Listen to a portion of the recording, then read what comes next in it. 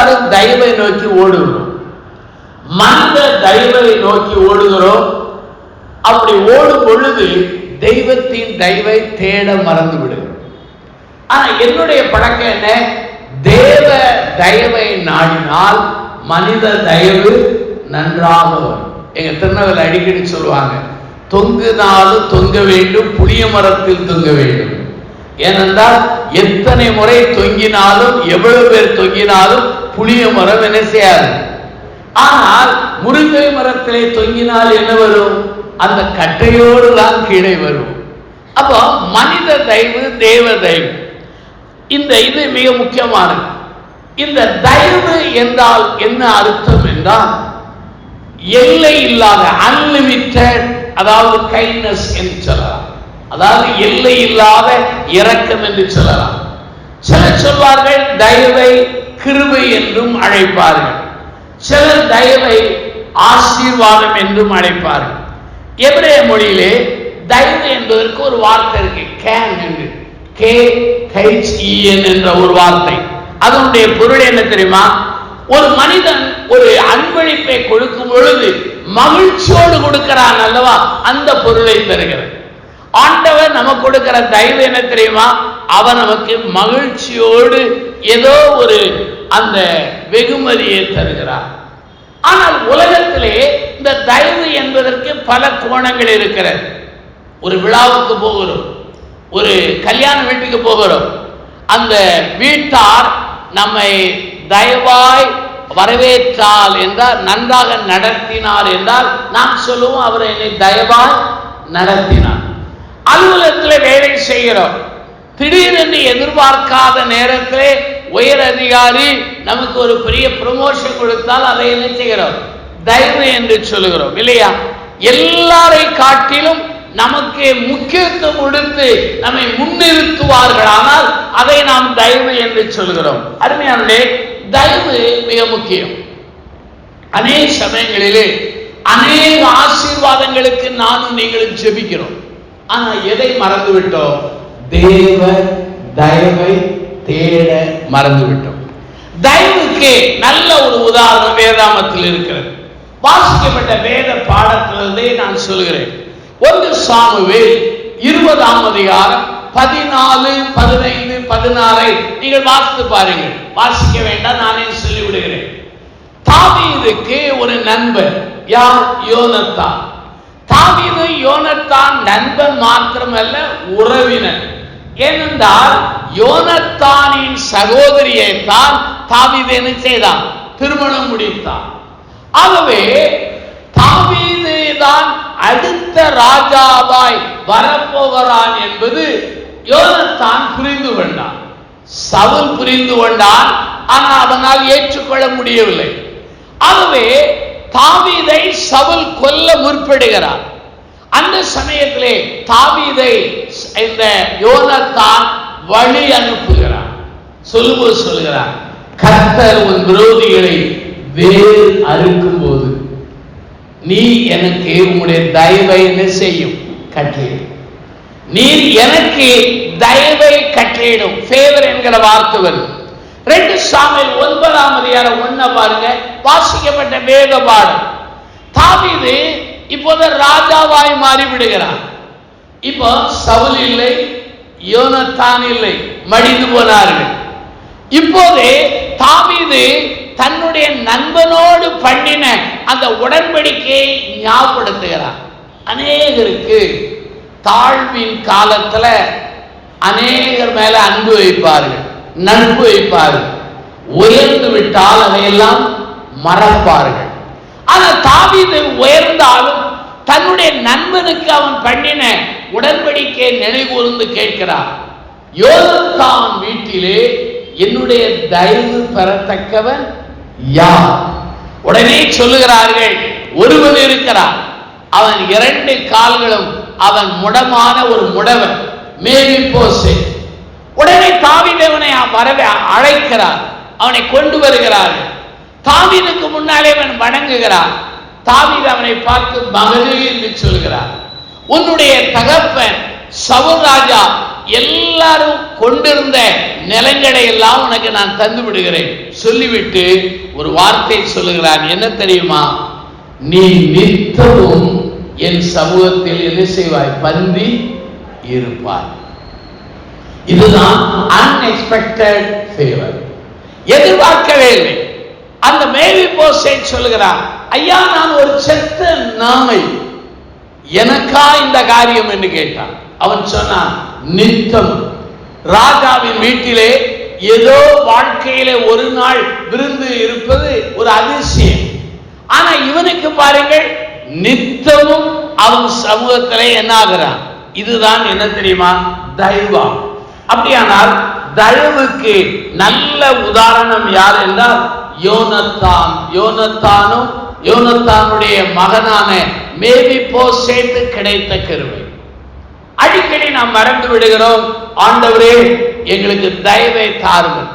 நான் எந்த கூட்டங்களுக்கு போனால், எந்த வெளிநாடுகளுக்கு போனால், அது சிறிய கூட்டமானால் பெரிய கூட்டம் போனால், எந்த மக்களை சந்தித்தாலும் நான் வீட்டை விட்டு கிளம்பும் போது நான் பண்ணுகிற ஒரே ஒரு ஜெபம் என்ன தெரியுமா?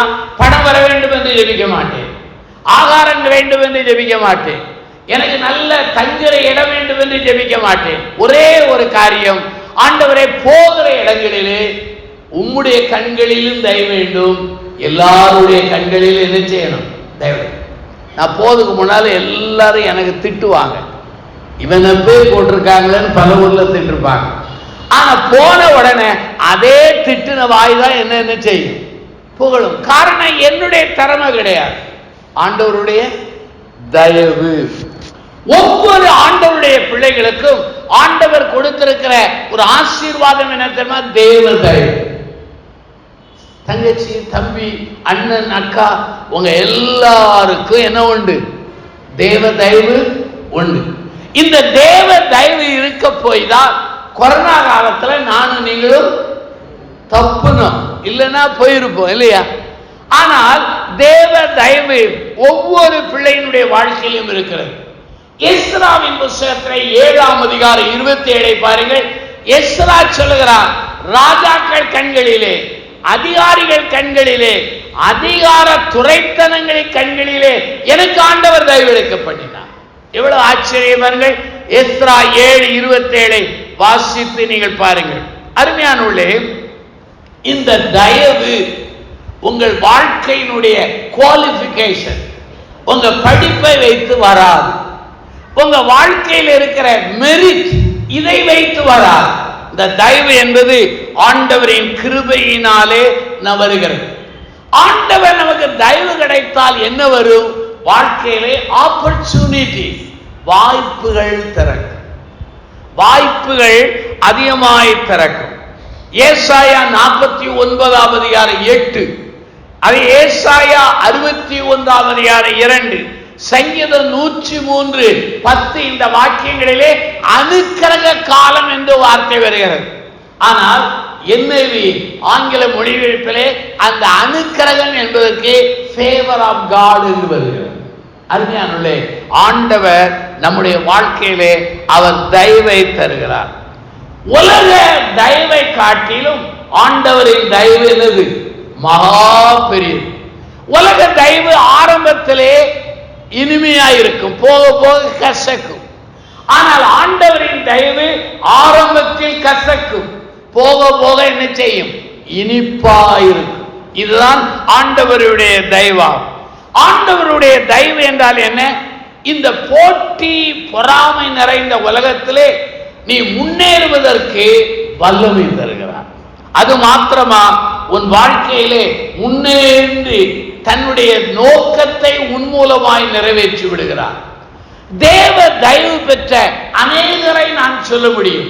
யோசேப், எஸ்தர், அதே ரூத், அதே சமயத்திலே தாவீது, இவர்கள் எல்லாம் தேவ தயவு பெற்ற மக்களை சொல்ல முடியும். நேற்றை போல ஒரு சில குறிப்புகளை சொல்லி சரியான நேரத்தில் முடிக்க போகிறேன். முதல் காரியம் என்ன தெரியுமா? Walking in the favour of God. தேவ தயவிலே நடக்கும்போது என்னென்ன ஆசீர்வாதம் வரும்? முதலாவது என்ன? Medical favour. ஃபேவர்லே அதிக என்ன தெரியுமா? மெடிக்கல் ஃபேவர், அதாவது மருத்துவ ரீதியிலே வரும். என் வாழ்க்கையில 2 வியாதி. ஆனால் ஆண்டவர் ஒரு நாளிலே அதையும் சுகமாக்கினார். இந்த சர்க்கரை வியாதியும் கட்டுப்பாட்டுக்குள்ளே வைத்தார். ஏன் சொல்றேன் தெரியுமா? ஆண்டவர் மருத்துவ ரீதியிலும் நமக்கு என்ன கொடுக்கார்? எடுங்க பார்ப்போம். யோவான் 5ஆம் அதிகாரம். இந்த 5ஆம் அதிகாரத்திலே வேத வசனத்திலே 38 வருஷம் ஒரு மனிதன் பெதஸ்தா குளத்திலே இருக்கிறார். இவன் 38 வருஷம் இருக்கிறான்னா என்ன பொருள்? இயேசுவாமி பிறக்கிறதுக்கு முன்னாலே உள்ள வந்தாச்சு. நான் அடிக்கடி இந்த பெதஸ்தா குளத்துக்கு வைத்த பேர் என்ன தெரியுமா? நம்ம தேசத்துல நம்ம சிட்டியில் இருக்கிற கவர்மெண்ட் ஆஸ்பத்திரி. அதைத்தான் நினைப்பேன். அங்க என்ன நடந்தது தெரியுமா? அந்த மனிதன் இருக்கிறான், அங்கே ஒரு குளம் இருக்கிறது. அந்த குளத்திலே திடீரென்று தேவதூதன் இறங்கி கலக்குவான். யார் இறங்கி முந்துகிறார்களோ சுகம் பெறுகிறார்கள். அப்போ அங்க குளத்துல, அந்த பெதஸ்தா குளத்துல இருக்கிற மக்கள் என்ன செய்தார்கள்? இடத்தை நம்பினார்கள், குளத்தை நம்பினார்கள், தூதனை நம்பினார்கள், மனிதன் யாராவது தூக்கி கொண்டு போவான் என்று நம்பினார்கள். இவனுக்கு யாரும் உதவி செய்யல. ஆனா ஆண்டவர் அவனை சுகப்படுத்தி. இதுக்கு பேர் தான் மெடிக்கல் ஃபேவர்.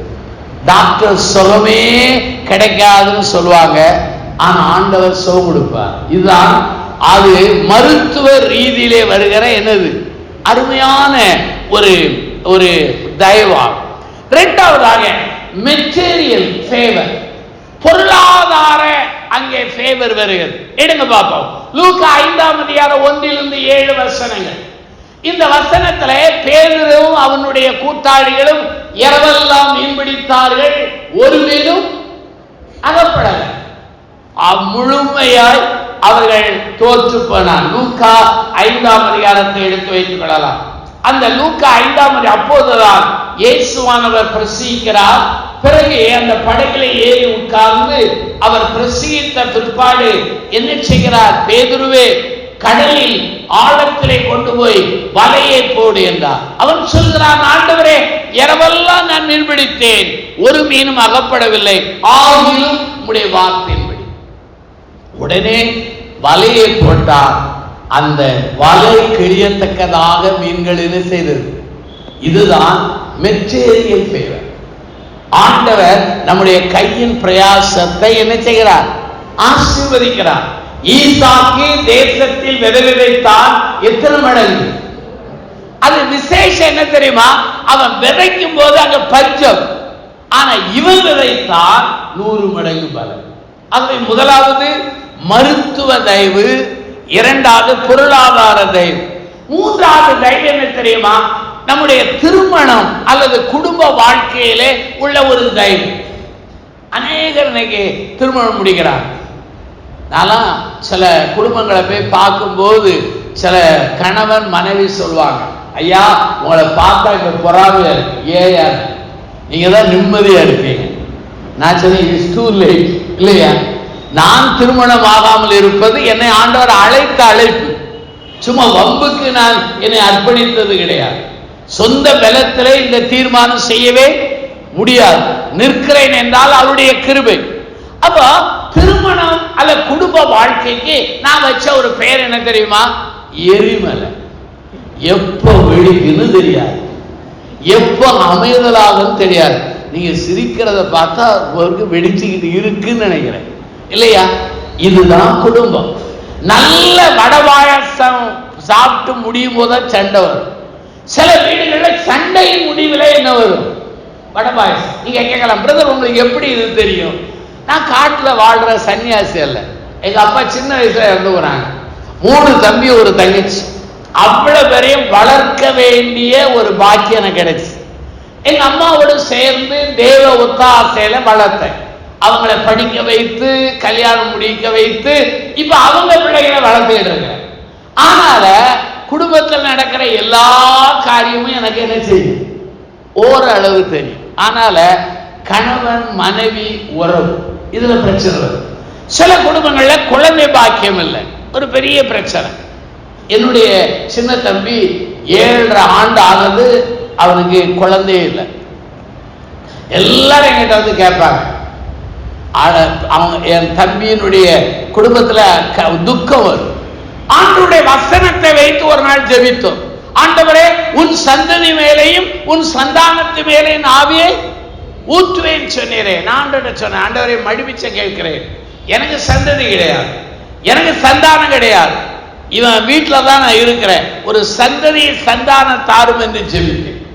அந்த சமயத்தில் பேக் டு த பைபிள் கன்வென்ஷனுக்காக யாழ்ப்பாணம் போயிருந்தேன்.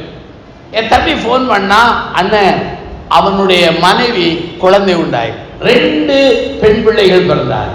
முதல்ல ஒரு பெண் பிள்ளை, ஒரு 2 வருஷம் இன்னொரு பிள்ளை. அந்த 2 பெண் பிள்ளைகள் பிறக்க முன்னால எங்க வீடு ரொம்ப அமைதியா இருக்கும். புஸ்தமெல்லாம் அந்தந்த இடத்துல இருக்கும். அவங்க பிறந்தாங்க, வீடே தலைகீழா மாறிடுது, வீடே தலைகீழா மாறிடுது. இன்னைக்கு ஆண்டோடைய ஒத்தாசையை சொல்றேன், தாழ்மையா இந்த 2 பிள்ளைகளும் இப்போது மருத்துவரா படிக்கிறார். காரணம் என்ன? ஆண்டவர் குடும்பத்திலும் என்ன கொண்டு வந்தார்? என்ன கொண்டு வந்தார்? ஃபேவர். 4வது இன்னொரு ஃபேவர், மென்டல் ஃபேவர். இது மனநிலையிலே நமக்கு என்ன தெரியுமா? ஒரு தயவு. நான் புரிந்தோ புரியாமலோ பைபிளை தூக்கின நாள்ல இருந்து ஒரு ஜெபம் பண்ணேன். ஆண்டவரை, உள்ளான மனிதன் பலப்படணும். பிறகுதான் புரிஞ்சு உள்ளான மனிதன் என்ன, நம்முடைய மனம் என்ன செய்யணும்? சிரமம். பட்டணத்தை பிடிக்கிறது எளிது, மனதை அடக்கிறது கடினம். இப்ப நீங்க என்ன பார்த்துக்கிட்டே இருக்கீங்க, அங்க உங்க மனமெல்லாம் எங்கேயோ போகுது. ஃபேனை அணைச்சோமா இல்லையா? அல்லது வீட்டுக்கு தெரியாம, வீட்டுக்காரர் தெரியாம ஒரு பணத்தை ஒளிச்சு வச்சோமே, அது இருக்குமா இல்லையா? இப்படி எல்லாம் கால வரும். அப்போ மென்டலி ஃபேவர், அதாவது மனநிலையிலே நமக்கு தெய்வம். இன்னைக்கு அநேகருடைய மனநலம் இன்னைக்கு குறைந்திருக்கிறது. நம்மளை போல பழைய காலத்து ஆட்களுக்கு வில் பவர் அதிகம், ஆனா ஐக்கியூ குறை. ஒரு செல்போனை எப்படி பயன்படுத்த தெரியாது. இப்போ உள்ள பிள்ளைகளுக்கு வில் பவர் கிடையவே கிடையாது, ஆனா ஐக்கியூ அதிகம். ஒரு வார்த்தை சொல்லுங்க, உடனே தற்கொலைக்கு போயிடுவார். அப்படியானால் அங்கே மனநிலையிலும் நமக்கு என்ன வேணும்? தயவு வேண்டும், மனநிலையில. ஆனா நான் அந்த ஒரு குறிப்போடு இன்னொன்றை சொல்கிறேன். தானியேலுக்கு மனநிலையின் தயவு மாத்திரம் இல்லாமல் அங்கிருக்கிற எல்லா மக்களை காட்டிலும் 10 மடங்கு சமர்த்தராக இருந்தார். அப்ப என்ன தெரியுமா? மன தெளிவிலும் புத்தி கூர்மையிலும் இருந்தார். அடுத்தது என்ன தெரியுமா? இன்னொரு தயவு, ஊழியத்திலே தயவு, மினிஸ்டல் ஃபேவர் பாருங்க. 1 கொரிந்தியர் 14:9 பவுல் எழுதுகிறார், இங்கே எனக்கு திறந்த கதவு வைக்க திறந்திருக்கிறது. அப்ப என்ன தெரியுமா? ஊழியம் செய்வதற்கும் ஆண்டவர் நமக்கு என்ன வேணும்? என்ன வேணும்? தயவு வேணும். அந்த தயவு இல்லைன்னா நம்ம கூட இருக்கிறவங்க வில்லாதி வில்லனா மாறிடுவான், இல்லையா? வில்லாதி வில்லனா மாறிடுவான். அதனால நான் ஊழியம் செய்வதற்கு தயவு. அப்ப என்ன தயவு? மருத்துவ தயவு, பொருளாதார தயவு, அதே சமயம் குடும்ப நிலையிலே தயவு, மனநிலையிலே தயவு, அடுத்தது ஊழியம் செய்ய தயவு. இந்த 5 உள்ளடக்கிய ஒருத்தமா இருக்கிறாங்க. அர்த்தமா? அதைதான் மெனிஃபோல்டு ஃபேவருங்களாம். அது யார்? யோசேப்பு. இத்தனை புத்தி கூர்மை இருந்துச்சு, பொருளாதாரத்தில் செழிப்பு இருந்தது. அதே சமயத்துல நீங்க பைபிளை வாசித்தா எந்த இடத்துல அவர் காய்ச்சல்ல வியாதியில படுத்ததாக, எலிசா கூட வியாதிப்பட்டார்னு இருக்கு. ஆனா இவருக்கு இல்லவே இல்லை, நல்ல பூரண வயது வரை இருக்கிறார். அதே சமயத்திலே தேவ திருப்பணியை கூட செய்தார். தான் மடியும் போது சொன்னார், நீங்கள் கானானுக்குள் போவீர்கள், கர்த்தர் உங்களை சந்திப்பார், அப்போது என் எலும்புகளை கொண்டு போகும். இந்த ஒரு எலும்பு இருக்கிற பெட்டி தான் இந்த 400 ஆண்டுகளாக இவர்களுக்கு இருக்கிற தீர்க்கதரிசனம். வேற ஒண்ணுமே பைபிள் கிடையாது. அருமையானவர்களே, ஆகவே walking in the favour of God, தேவனுடைய அந்த தயவிலே நடக்கும்போது இதெல்லாம் வரும். அருமையான சகோதர சகோதரிகளே, ஆண்டவரின் தயவு வந்தால் போதும் உங்கள் இல்லாமை எல்லாம் மாறிவிடும். அப்போஸ்தலர் 3ஆம் அதிகாரத்தை பாருங்க, ஒரு மனுஷன் ஜெப அங்கே தேவாலயத்தின் வாசலிலே அலங்கார வாசல் இருக்கிறான். ஆனா அவன் நிலைமை அலங்கோல நிலைமை. அவனுக்கு பேர் உண்டா? இல்ல. அவனுக்கு ஆலயத்து போகிற வசதி உண்டா? உள்ள போக வசதி இல்லை. அவனுக்கு பணம் உண்டா? இல்ல. சுகம் உண்டா? இல்ல. ஆண்டவராய் இயேசு அவன் வாழ்க்கையில இருந்தாரா? இல்லவே. மொத்தத்திலே இல்லை என்பதுதான் அவன் பட்டியல். ஆனால் ஆண்டவரின் ஊழியர்கள் அவருக்கு நற்செய்தியை சொல்லி கையை பிடித்து தூக்கின உடனே எல்லாம் மாறி சுகம் கிடைத்தது. ஆண்டவரை ஏற்றுக்கொண்டவனாய் ஆலயத்துக்குள்ளே போனான். அவன் அப்போஸ்தலருடைய பக்கத்திலே நின்று சாட்சி கொடுக்கிறான். அப்படியானால் ஆண்டவரின் தயவு என் மேலே உங்கள் மேல் வந்தால் போதும், எல்லாம் மாறி. முதல் குறிப்பை சொல்லு. இரண்டாவது, இந்த தயவை நாம் எப்படி பெறலாம்? 3 குறிப்புகள். முதல் குறிப்பு என்ன? நீதிமொழி 3ஆம் அதிகாரம். எடுங்கள், நீதிமொழி 3ஆம் அதிகாரத்தை நாம் புரட்டுவோம். நீதிமொழி 3ஆம் அதிகாரம். இந்த 3ஆம் அதிகாரத்திலே நீங்கள் வேதவசனத்திலே 4:5 பாருங்கள். அதனால் தேவனுடைய பார்வையிலும் மனுஷருடைய பார்வையிலும் தயையும் நற்புத்தியும் பெறுவார். உன் சுய புத்தியின் மேல் சாயாமல் உன் முழு இருதயத்தோடு கர்த்தர் மேல் நம்பிக்கையா. அப்ப என்ன அர்த்தம் தெரியுமா? ஆண்டவரிடத்திலிருந்து இந்த தயவை எப்படி பெறலாம்? ஒரே ஒரு வழி. முதல் வழி லவ். தேவன் மேல் அன்பு வைக்க. தேவன் மேலே எப்படி அன்பு வைக்க வேண்டும்? முழு பலத்தோடு, முழு இருதயத்தோடு, முழு ஆத்மாவோடு, எல்லாவற்றுக்கும் மேலாக ஆண்டவரை முன்னால் வைக்கணும். உங்க பழக்கம் எப்படியோ, என் பழக்கம் என்ன தெரியுமா? எல்லாரையும் நேசிப்பேன், ஆனா நம்புறது ஆண்டவர் மட்டும். எல்லார் மேல அன்பு வருவேன். என் நம்பிக்கை யார் மேல? ஆண்டவர் மேல். ஆண்டவர் மேல் அன்பு வைத்தால், ஆண்டவர் மேலே பாசம் வைத்தால் அவர் என்ன செய்யறார்? நமக்கு என்ன செய்யறார்? தயவு தருகிறார். வேற ஷார்ட்கட் மெத்தடே கிடையாது. அந்த கூட்டத்துக்கு போகணும், இந்த கூட்டத்துக்கு போகணும் நான் சொல்ல மாட்டேன். எந்த கூட்டத்துக்கு போனாலும் தயவு யார் தான் கொடுக்கணும்? அவர் தான் கொடுக்கணும். வேற யாராலும் கொடுக்க முடியாது. ஆண்டவர் நேசித்தால் அந்த தயவு. Love God. இரண்டாவது என்ன தெரியுமா? Love people. மனம் ஜனங்களை நேசித்தாலும் என்ன வரும்? தேவ தயவு வரும். எடுங்க, மத்திய 25ஆம் அதிகாரம் 34 37 வரை. அந்த 25ஆம் அதிகாரம் ஓமைகளின் அதிகாரம். 10 கன்னிகள் ஓமை, தாளந்தின் ஓமை. 3வது ஓமை என்ன? மக்கள் நியாயஸ்தானத்து முன்பாக நிற்கிறார்கள். வலது பக்கம் இடது பக்கமாக நிற்கிறார்கள். வெள்ளாடு செம்மறியாடாக பிரிக்கப்படுகிறார்கள். வலது பக்கத்தில் உள்ளவர்களை பார்த்து ஆண்டவர் சொல்கிறார், ஆசீர்வதிக்கப்பட்டவர்களே, உங்களுக்காக ஆயத்தம் பண்ணப்பட்ட இந்த ராஜ்யத்தில் பங்கு பெறுங்கள். நான் பசியோடு இருந்தேன், ஆகாரம் கொடுத்தீர்கள். நான் வஸ்திரமில்லாது இருந்தேன், வஸ்திரம் கொடுத்தீர்கள். நான் வியாதியோடு இருந்தேன், என்னை பார்க்க வந்தீர்கள். நான் சிறையில் இருந்தேன், என்னை விசாரிக்க வந்தீர்கள். நான் அந்நியனாக இருந்தேன், சேர்த்து கொண்டீர்கள். உடனே இந்த வலது பக்கத்துடன் நீதிமான் கேட்கிறார்கள், எப்போதையா இப்படி இருந்தேன்? அவர் சொன்னார், இந்த சிறியவனுக்கு எதை செய்தீர்களோ அதை எனக்கு செய்தீர்கள்.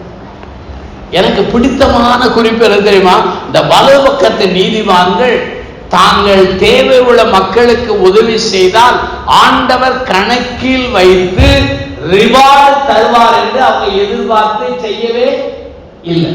இன்னைக்கு நானும் நீங்களும் ஏழைக்கு உதவி செய்யும் போதே வசனம் சொல்லிக்கிட்டே சொல்றோம், ஏழைக்கு இறங்குறவன் கர்த்தருக்கு அப்பவே பலம் வந்துடும். இவங்க அந்த ரிவார்டை எதிர்பார்க்கல, ஆனா ரிவார்டு கொடுக்கிறார். அப்போ லவ் காட். ரெண்டாவது லவ் பீப்புள். தேவை உள்ள மக்களை நேசித்தால் நமக்கு என்ன வரும்? என்ன வரும்? தயவு. ஏழைக்கு இறங்கவில்லை என்றால், ஏழையின் கூக்குரலுக்கு தன் காதுகளை அடைத்துக் கொள்வான் என்றால், அவர் கூப்பிடும் போது ஆண்டவர் என்ன செய்வார்? அடைத்துக் கொள்வார். ஏனென்றால் ஒவ்வொரு மனிதனும் ஒவ்வொரு பெண்ணும் ஆண்டவரின் சாயலாய் படைக்கப்பட்டவர்கள். அப்படியானால் இவர்களுக்கு செய்கிற உதவி ஆண்டவருக்கு செய்கிற உதவி. முதல் காரியம் என்ன?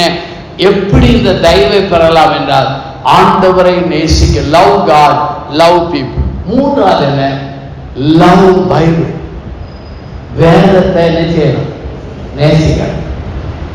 சிலரை பார்த்திருக்கிறேன், காய்ச்சல் வந்தா தலையில ஒரு பைபிள் இருக்கும், இடுப்பு பக்கத்தில் ஒரு பைபிள் இருக்கும். நான் சொன்ன பைபிள் அங்க இருந்தா போதாது, எங்க போகணும்? உள்ள போகணும். வாலிபன் தன் வழியை எப்படி சுத்தப்படுத்துவான்? வேத வசனத்தை காத்து கொண்டதனால. ஆஸ்வாஸ் ஸ்மித் என்பவர் எழுதுகிறார், நீ வேதத்தை வாசித்தால் பாவம் உன்னை விட்டு ஓடிவிடும். பாவம் உனக்குள் இருந்தால் உன்னால் வேத வாசிக்க முடியவே முடியாது. அப்போ வேதத்தை ஏன் வேதத்தை வாசிக்கணும் தெரியுமா? வேதம் எதை வெறுக்க சொல்கிறதோ, வேதம் என்பது ஆண்டவரின் வார்த்தை. ஆண்டவர் எதை வெறுக்க சொல்கிறாரோ அதை நீ வெறுப்பாயானால், ஆண்டவர் எதை நேசிக்க சொல்கிறாரோ அதை நீ நேசிப்பாயானால், ஆண்டவருடைய அந்த வல்லமையினாலே உன் வாழ்க்கையை வேத வசனத்தின் அடிப்படையிலே வாழ்ந்து கொண்டால் நம்ம வாழ்க்கை என்ன நடக்கும் தெரியுமா? தேவதேவனை எடுத்து பாருங்க. வெளிப்படுத்தல் 2:6. யாராவது எடுத்தவங்க வாசிங்க. வெளிப்படுத்தல் 2:6. நான் வெறுக்கிற நிக்கலோயின் மதத்து கிரியைகளை பாருங்கள். ஆண்டவர் இந்த சபைக்கு சொல்கிறார், நான் வெறுக்கிற நிக்கலோய் மதத்து கிரியையை நீ வெறுக்கிறாய். அதனுடைய பொருள் என்ன? ஆண்டவர் வெறுக்கிறதை நாம் வெறுக்க வேண்டும், ஆண்டவர் நேசிக்கிறதை நாம் என்ன செய்யணும்? நேசிக்க வேண்டும். நம்முடைய ஆன்மீக வாழ்க்கைக்கு அஸ்திபாரம் எது? ஆன்மீக வாழ்க்கைக்கு அளவீடுகோல் எது? ஆன்மீக வாழ்க்கைக்கு ஒருவேளை நியாய பிரமாணம் எது என்றால் இந்த வேதவசனம் தான். மல்யுத்தம் செய்கிறவன் சட்டத்தின்படி என்ன செய்யணும்? மல்யுத்தம் பண்ணணும். பண்ணலனா அவன் தோல்வி. அதே போல நம்முடைய வாழ்க்கையில வேத வசனத்தை நம்முடைய வாழ்க்கையில வாசித்து கற்றுக்கொள்ளணும். வேத வசனத்தை வாசிக்கிறது ரொம்ப கஷ்டம். வேத வசனத்தை புரிந்து கொள்கிறது இன்னும் கஷ்டம். வேத வசனத்தை வாழ்க்கையில கடைபிடிக்கிறது மிக மிக கஷ்டம். ஆவியானுடைய ஒத்தாசையினால இப்படி ஜெபம் பண்ணலாம், ஆண்டவரே இந்த பகுதி எனக்கு அன்லாக் பண்ணி தாரும், இதை எனக்கு திறந்து தாரும். நான் அப்படிதான் வாசிப்பேன். ஆண்டவரே நான் பைபிள் எனக்கு தெரியாது ஐயா, இந்த பகுதி எனக்கு அன்லாக் பண்ணி தாரும். ஆண்டவர் கற்றுக் கொடுப்பார். அப்படியானால் இந்த மூன்றையும் வாழ்க்கையிலே கொள்கையாய் வைத்தால் நம்முடைய வாழ்க்கையில என்ன வரும்? தேவ தயவு. இப்போ உங்களுக்கு புரிஞ்சிருக்கும் ஏன் தேவ தயவு வரல. தேவ தயவு வராத காரணம் என்ன? ஆண்டவரை நாம் நேசிக்கல, ஆண்டவருடைய ஜனங்களையும் நாம் என்ன செய்யல? நேசிக்கல. அதாவது ஆண்டவரால் படைக்கப்பட்டவர்களை நேசிக்கல. ஆண்டவர் கற்றுக் கொடுத்த, கையில கொடுத்த ஒரு பெரிய பொக்கிஷமாகிய வேதத்தை நேசிக்க மறந்துவிட்டோம். அது முதல் குறிப்பு என்ன சொன்னேன்? Walking in the favour of God. தேவனுடைய தயவிலே நடக்கும் பொழுது என்னென்ன நடக்கும் என்று சொன்னேன். இரண்டாவது, தேவ தயவை எப்படி பெற்றுக்கொள்ளலாம் என்று சொன்னேன். மூன்றாவதாக, தேவ தயவை மனிதனிடத்திலிருந்து எப்படி பெறுவது? நம்ம பாஷையில சொல்ல வேண்டும் என்றால், உயரணும்னா காக்கா பிடிப்போம் இல்லையா? அதாவது சிலருக்கு முக ஸ்துதி செய்யும்போம். ஆனா நான் என்ன சொல்றேன், ஆண்டவரிடத்திலிருந்து தயவு கிடைத்தால் மனிதரிடத்திலிருந்து நமக்கு கட்டாயம் என்ன வரும்? தயவு. எடுங்க நீதிமொழியின் புஸ்தகம் 12ஆம் அதிகாரம் 2 வாசிகள். நீதிமொழி 12ஆம் அதிகாரம் 2 வாசிக்கலாம். நல்லவன் கர்த்தரிடத்தில் என்ன செய்வார்? தயவு பெறுவார். நல்லவன் கர்த்தரிடத்திலே என்ன செய்வார்? தயவு. 1 சாமுவேல் 2ஆம் அதிகாரம் 26 பாருங்கள். சாமுவேலுக்கு எல்லாருடைய கண்களில் என்ன கிடைத்திருந்தது? தயவு கிடைத்தது. அதே 1 சாமுவேல் 3ஆம் அதிகாரம் 19-21 வாசிக்கலாம். லூக்கா 2ஆம் அதிகாரம் 52 பாருங்கள். நம்முடைய ஆண்டவருக்கும் எல்லாருடைய கண்களில் என்ன கிடைத்தது? தயவு கிடைத்தது. அப்படியானால் தேவ தயவு கிடைக்கும் போது தானாகவே மனித கண்களில் என்ன கிடைக்கும்? தயவு. நான் ஒரு முறை இந்தோனேஷியாவுக்கு பிரசங்கம் பண்ண போக வேண்டும் என்று ஒரு தூண்டுதல் பெற்றேன்.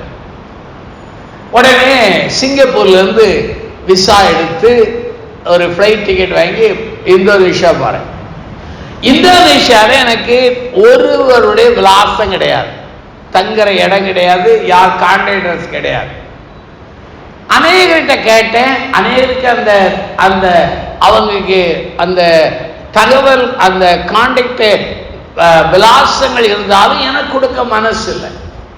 நான் ஆண்டவரை நம்பி விமானத்தில் ஏறி போனேன். போகும்போது அழுதுகிட்டே போனேன், ஆண்டவரே போற சுவாமி எங்க தங்குவேன், எப்படி பார்ப்பேன் தெரியாது. என் கையில அப்போது ஒரு $400 அமெரிக்கா $400 வச்சிருந்தேன். 7 நாள் அங்க தங்கணும். விமானத்தில் இறங்கினேன், கஸ்டம்ஸ் எமிகிரேஷன்லாம் முடிச்சு வெளியே வரேன். வெளியே வந்து பார்க்கிறேன், ஒரு போர்டு போட்டிருக்கு, ஒரு நாள் தங்குவதற்கு $100. அப்ப 7 நாள்னா எவ்வளவு வேணும்? 700. என்கிட்ட எவ்வளவு இருக்கு? 400. யோசித்தேன். திடீர்னு ஒரு ஆள், நல்ல உயர்ந்த பணக்காரன், பயங்கரமான கோடீஸ்வரன், அவரு அவ்வளவு ட்ரெஸ்ஸோடு வராரு, அவர் மனைவி வந்தார். வந்த உடனே என்னை பார்த்த உடனே ஓடி வந்து கட்டினார். கட்டி பிடிச்சி மாறி மாறி முத்தமிட்டார். முன்பு தெரியாதவர், யாருன்னே தெரிஞ்சு அவர் விலக்கிட்டு, எனக்கு ஆங்கிலம் சரியா வராது, அரைகுறை ஆங்கிலத்தில் கேட்டேன், ஐயா நீங்க யாரு, எதுக்காக என்ன அணைச்சு முத்தமிடுறீங்க, நீங்க யாருன்னே தெரியாது. அவர் சொன்னாரு, உன்னை பார்த்த உடனே உனக்கு உதவி செய்யணும் என்ன வந்துச்சு, அதனால உன்கிட்ட கேட்க. அப்போ நான் கேட்டேன், ஐயா உங்க பழக்கமே இப்படி அணைச்சு முத்தமிட்டு ரூம் போட்டு கொடுத்து டாலர் வாங்குவீங்களா? இல்ல பிரதர், இந்த ஊர்ல ஒரு பெரிய கோடீஸ்வரன், என் நண்பரை அமெரிக்காவுக்கு அனுப்ப வந்தேன். வந்த இடத்துல உன்னை பார்த்தேன், பார்த்த உடனே உனக்கு உன் மேல ஒரு தயவு வந்துச்சுன்னாரு. சரி, உன்னை இங்க கூட்டிட்டு போய் இங்க ஒரு சத்திரன்னு ஒரு இடம் இருக்கு, இன்னுன்னு ஒரு இடம், அதுல போய் உன்னை தக்க வைப்பேன். 7 நாள். 7 நாளைக்கு சேர்த்து $100 தான். நீ கவலைப்படாது, ஆனா மத்தியானம் மட்டும் சாப்பாடு கொடுப்பாங்க சரியான சொல்லிட்டு சொன்னார். உன்னை ஊருக்கு நீ திரும்பும்போது உன்னை அழைத்துட்டு போய் நான் ஏர்போர்ட்ல ஏத்துறேன், கூட்டிட்டு போய் எனக்கு எல்லா உதவி செய்து 7வது நாள்ல என்னை அழைத்து போய் நல்ல ஒரு விருந்து அமைத்து விருந்து கொடுத்து என்னை அனுப்பினான். அப்பதான் யோசித்த, இந்த இவ்வளவு வேலைக்கு காரணம் ஏத்தமா தேவனுடைய தயவு இருந்தால் போதும். மனித கண்களிலே என்ன வரும்? தயவு. அநேகர் எண்ணுகிறார்கள் தேவ தயவை காட்டிலும் மனித தயவு மேன்மையானது என்று. எச்சரிக்கையாய் சொல்கிறேன், மனித தயவு நிரந்தரம் அல்ல, நிரந்தரம் அல்ல. தேவ தயவு மட்டும்தான். என் வாழ்க்கையில 50 வருஷம் ஊழியம் செய்றேன். என் கூட அநேகர் சொல்லுவாங்க, பிரதர் அண்ணன் உங்க கூட கடைசி வரைக்கும் கூட வருவேன். கொஞ்சம் காலம் கழித்து பார்த்தா என் காலு கடியில குழி வெட்டுறவங்க அவங்க தான் இருப்பாங்க. குழி வெட்டுறவங்களை ஆசீர்வதிச்சு அனுப்பிடுவேன். ஏன் தெரியுமா? என் கூட உங்க கூட வர்ற ஒரே ஒரு ஆள் யார் தெரியுமா? மரண பரியந்தம் அவர் உன்னை என்ன செய்வார்? நடத்துவார். அநேகர் எண்ணுகிறார்கள் தேவ தயவு வந்தால் நமக்கு பிரச்சனையே வராது. அதை நான் மறுக்கிறேன். தேவ தயவு வந்தாலே கொஞ்சம் பிரச்சனையும் வரும். என்ன பிரச்சனை? யோசேப்புக்கு தேவ தயவு வந்தது, அது பிறகுதான் பிரச்சனையே ஆரம்பிச்சு. தாவீதுக்கு தேவ தயவு வந்தது, அதுக்கு பிறகுதான் சவுல் அவனை என்ன செய்தான்? பாடா படுத்தினான். ஸ்தேவான் என்பவன் சாதாரண ஒரு லே பெர்சன் இல்லையா, ஒரு மூப்பர். அந்த மனிதனுக்கு தேவ தயவு கிடைத்து அவனுக்கு ஆவியிலே நிரப்பப்பட்டு விசுவாசத்தை நிறந்தவனாய் மாறினான். ஆனா அவன் வாழ்க்கையில அந்த தேவ தயவின் விளைவின தெரியுமா? ஒரே ஒரு பிரசங்கம் தான் பண்ணான், அந்த ஒரே நாள் அவனை கொண்டுட்டான். அப்போ இப்பமே சத்தம் குறை வேண்டாம் ஐயா அந்த தேவ தயவு. நான் சொல்ல, தேவ தயவு வந்தால் ஆசீர்வாதமும் உண்டு, பிரச்சனைகளும் எதிர்ப்புகளும் உண்டு. ஆனா அந்த எதிர்ப்புகள் பிரச்சனைகளிலே தாண்டி வர நமக்கு ஆண்டவர் என்ன செய்வார்? பலம் தருவார், பலம் தருவார். ஏனென்றால் தேவ தயவிலே வந்தால் அநேகர் எண்ணுகிறார்கள் பிரச்சனை வராது, போராட்டம் வராது, வியாதி வராது, கஷ்டங்கள் வராது என்று எண்ணுகிறார்கள். இத்தனை வந்தாலும் ஆண்டவர் நம்மோடு கூட இருப்பார், நம்மோடு கூட இருப்பார். அப்போ மனித கண்களிலே தயவு கிடைக்கிறதுக்கு வழி என்ன தெரியுமா? இதுதான். தேவனோடு உறவு வைத்தால் மனித கண்களிலே தானாக என்ன வரும்? தயவு. தேவனுக்கு முன்பாக உண்மை உள்ளவனாக இருந்தால் மனித கண்களிலே என்ன வரும்? அங்கு தானாகவே அங்கு தயவு வரும். பைபிள்ல இந்த குறிப்போடு இன்னொரு குறிப்பையும் சொல்கிறேன். மனிதர்களோடு அங்கே தயவு கிடைத்தாலும் விரோதிகள் கண்களில நமக்கு என்ன வரும்? தயவு வரும். இது முக்கியமான காரியம். வாசிங்க ஆதியாகமம் 33. ஏசா யாக்கோவுக்கு 20 ஆண்டு பகை. ஏசாவின் ஆசீர்வாதத்தை அவன் யாக்கோபு 2 முறை ஏமாற்றினான். ஒரு முறை கூழ் கொடுத்து சேஷ பாகத்தை வாங்கிக் கொண்டான், ஒரு முறை அவனை போல நடித்து ஆசீர்வாதத்தை வாங்கிக் கொண்டான். அங்கே ஏசா சொல்லுகிறான், ஒரு நாள் வரும் யாக்கோவை கொண்டு போடுவேன். யாக்கோபு மாமன் வீட்டுக்கு ஓடுகிறான். 20 ஆண்டுகள் இங்கு பணி செய்தான். ஒரு 7 ஆண்டுகள் ஒரு பெண்ணுக்காக, இன்னொரு 7 ஆண்டுகள் இன்னொரு பெண்ணுக்காக, 6 ஆண்டுகள் மந்தைக்காக வேலை செய்தான். இப்ப திரும்ப வருகிறார். வரும்போது லாபான் விரட்டுகிறார். ஆனால் லாபானிடத்திலே கர்த்தர் பேசுகிறார், லாபானே, நீ யாக்கோவிடத்திலே நன்மையை தவிர தீமை ஒன்றும் பேசக்கூடாது. அந்த பிரச்சனை முடியும். இப்போ ஏசாவுக்கு வெகுமதிகளை கொடுத்து அனுப்புகிறார். ஏசா தன் மனிதர்களோடு வருகிறார். அப்போதுதான் யாக்கோபு எல்லாரையும் அக்கறைப்படுத்திவிட்டு தேவ சமூகத்தில் நின்று அவன் போராடுகிறான். ஆண்டவரே, என்னை ஆசீர்வதித்தால் ஒழிய உம்மை போக விடுவதே இல்லை. ஆண்டவர் அவனை ஆசீர்வதித்தார். ஆனா அவனுக்கு ஒரே ஒரு கேள்வி கேட்டான், உன் பேர் என்ன? யாக்கோபுக்கு என்ன ஆசீர்வாத குறைச்சல்? மனைவி இல்லையா? மனைவி ஆசீர்வாதம் எண்ணினால் மனைவிகள் இருந்தார். பிள்ளை ஆசீர்வாதம் எண்ணினால் பிள்ளைகள் இருந்தார். கோழிகை கழுதை ஆசீர்வாதம் என்றால் கோழிகை கழுதை இருந்தது. ஒட்டம் ஆசீர்வாதம் என்றால் ஒட்டம் இருந்தது. வேலைக்காரர்கள் வேலைக்கு எல்லாம் இருந்தது. அப்ப அவன் கேட்ட ஆசீர்வாதம் என்ன தெரியுமா? என் பழைய கால பாவம் என்ன செய்யணும்? மன்னிக்கப்படணும். அருந்து போன உறவு என்ன செய்யணும்? புதுப்பிக்கப்படும். அவனை ஆண்டவர் ஆசீர்வதித்தார். இப்ப எடுங்க ஆதியாகமம் 33 எடுங்க, 33ஆம் அதிகாரத்தை எடுங்க. அந்த 33ஆம் அதிகாரத்துல அங்கே சொல்லப்படுகிறது 3, நான் அவர்களுக்கு முன்பாக நடந்து போய் 7 விசை தரைமட்டு குனிந்து வணங்கி தன் சகோதரன் கிட்டே சேர்ந்தான். நான் அல்ல, தான் அவர்களுக்கு முன்பாக. ஆனா இப்ப ஏசா யாக்கோபை கண்டபோது ஓடி வந்து கட்டி பிடித்து அழுகிறான். காரணம் என்ன? விரோதிகளின் கண்களிலே அவனுக்கு என்ன கிடைத்தது? அதுக்கு காரணம் தெரியுமா? முழுமையாய் யாக்கோபு ஆத்தங்கரையில ஒப்பு கொடுத்தான். அப்ப ஆண்டவர் கையிலே ஒப்பு கொடுக்கும் போதுதான் ஆண்டவரிடத்திலும் தயவு வரும், மனிதனிடத்திலும் தயவு வரும், விரோதியினிடத்திலும் என்ன வரும்? தயவு. எடுங்க ஆதியாகமம் புத்தகத்தை எடுங்க, 26 எடுங்க. ஆதியாகமம் 26 பாருங்க. ஈசாக்கு தேசத்தில் விதைத்தான், 100 மடங்கு பலம் வந்தது.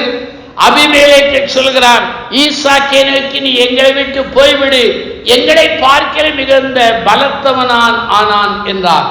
ஈசாக்கு போய்விடுகிறான். ஆனா கொஞ்ச காலம் கழித்து 26ஆம் அதிகாரம் 26 பாருங்கள். அபிமெலேக்கு அவன் சிநேகிதனான அகுசாத்தும் அவன் சேனாதிபதியாகிய பிகாலும் கேராரிலிருந்து அவனுக்கு வந்தார்கள். அப்போது ஈசாக்கு அவர்களை நோக்கி, ஏன் என்னிடத்தில் வந்தீர்கள்? நீங்கள் என்னை பகைத்து என்னை உங்களிடத்தில் இராதபடி துரத்தி விட்டீர்களே என்றார்.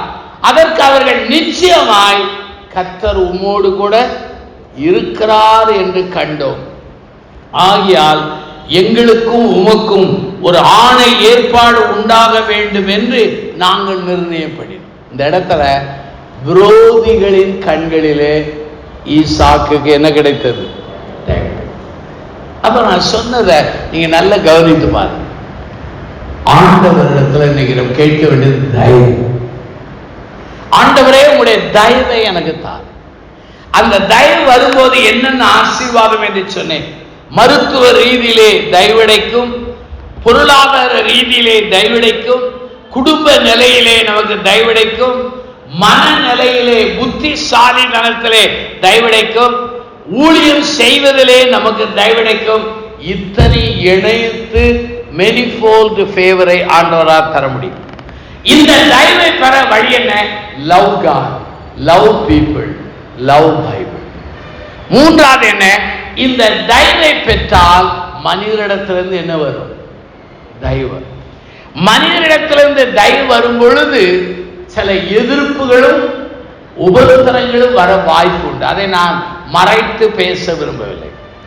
ஆனால் இந்த மனிதரிடத்திலிருந்து வரும் தயவுக்காக வரும்போது நம்ம என்ன செய்யணும் தெரியுமா? விரோதியின் கண்களிலிருந்து நமக்கு என்ன வரும்? தயவு.